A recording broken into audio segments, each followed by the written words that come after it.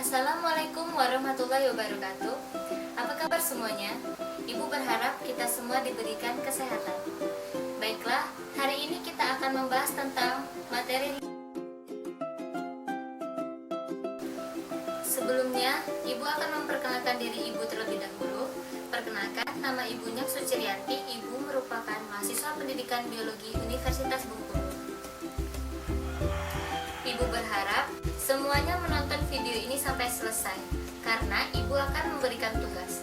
Baiklah, kita langsung saja masuk ke materi.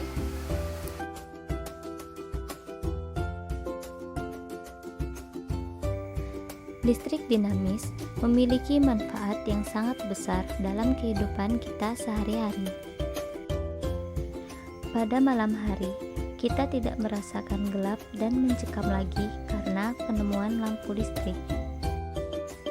Berkat penemuan Thomas Alva Edison, teknologi kelistrikan dapat berkembang pesat berkat temuan Oersted dan Faraday. Jika kita perhatikan lampu atau peralatan elektronik lain yang menggunakan listrik, semua alat tersebut membutuhkan kabel sebagai penghubung aliran listrik. Secara umum, aliran arus listrik bersumber dari pembangkit listrik seperti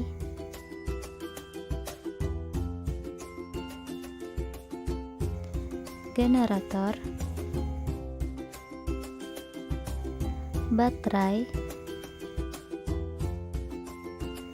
dan aki atau acuh.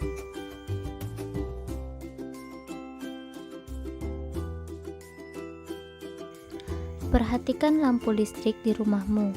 Ketika kamu menyalakan lampu, tentunya kamu akan menekan skalar yang sudah terpasang di dinding.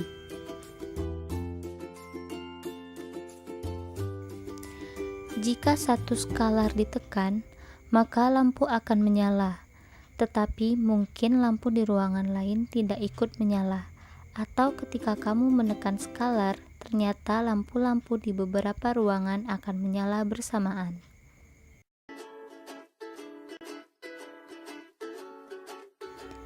Ketika kamu menghubungkan lampu dan sumber listrik dengan menggunakan kabel, artinya kamu telah membuat sebuah rangkaian listrik.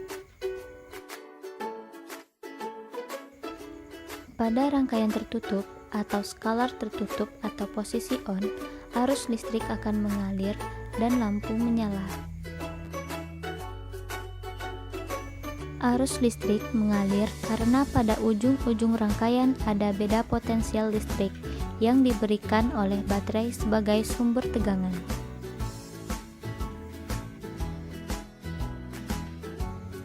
Ujung kawat penghantar yang memiliki banyak elektron atau terhubung dengan kutub negatif baterai dapat dikatakan memiliki potensial listrik yang rendah.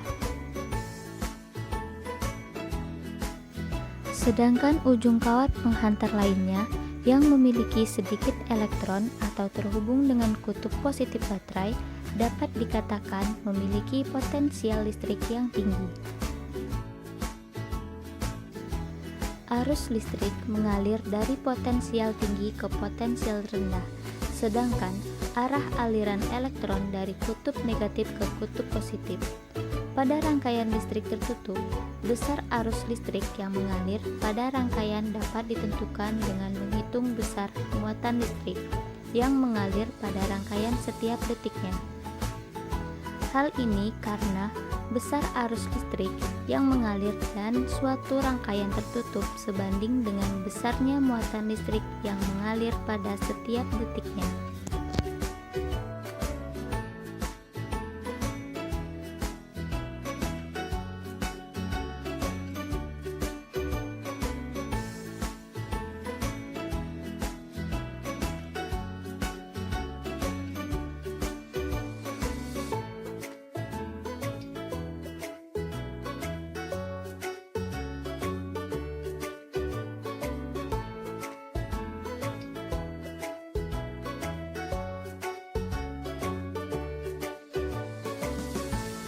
Sering kita mendengar bahwa listrik dapat mengalir pada kabel.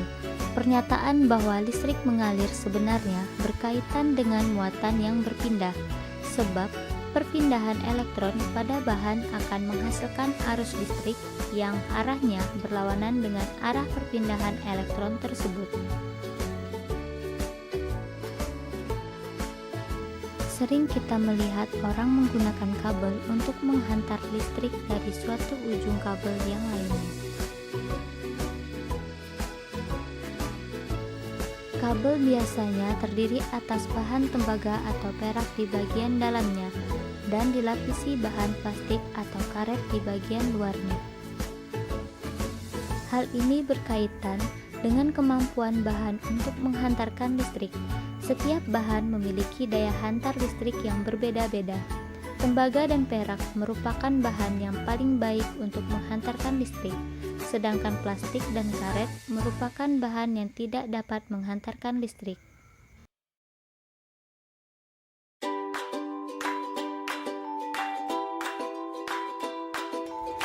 Agar arus listrik dapat disalurkan dengan baik, maka dibutuhkan bahan yang mampu menghantarkan arus listrik dengan baik pula.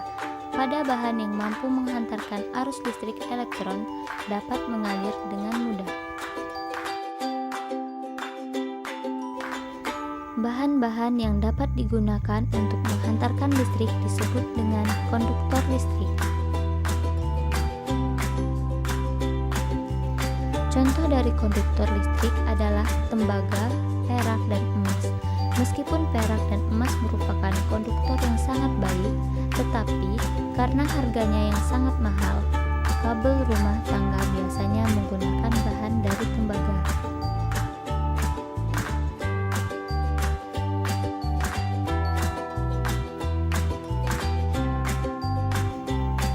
Pemberian plastik atau karet sebagai pelapis bertujuan agar kabel lebih aman digunakan.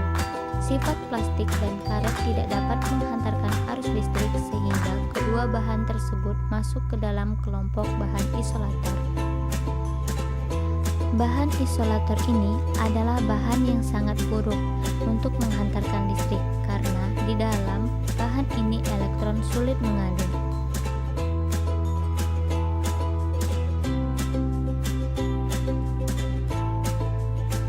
Bahan semikonduktor listrik adalah bahan-bahan yang jika berbeda pada suhu rendah bersifat sebagai isolator, sementara pada suhu tinggi bersifat sebagai konduktor. Contoh bahan semikonduktor listrik adalah karbon, silikon, dan germanium. Pada bidang elektronika, bahan semikonduktor digunakan untuk membuat transistor yang kemudian dirangkai menjadi integrated circuit atau IC. Setiap bahan memiliki kemampuan yang berbeda dalam menghantar listrik. Kemampuan tersebut tergantung pada nilai hambatan jenis suatu benda atau bahan. Semakin kecil hambatan jenis suatu bahan, semakin baik kemampuan bahan tersebut untuk menghantarkan listrik.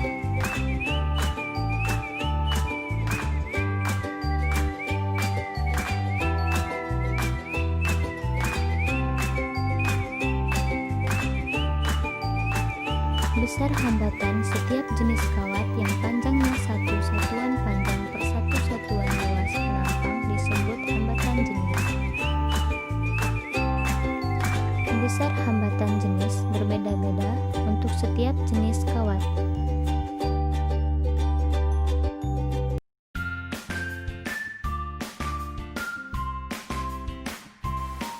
Sekian pembelajaran hari ini. Ibu ucapkan terima kasih kepada semuanya yang telah menonton video ini sampai habis. Dan Ibu tutup. Wassalamualaikum warahmatullahi wabarakatuh.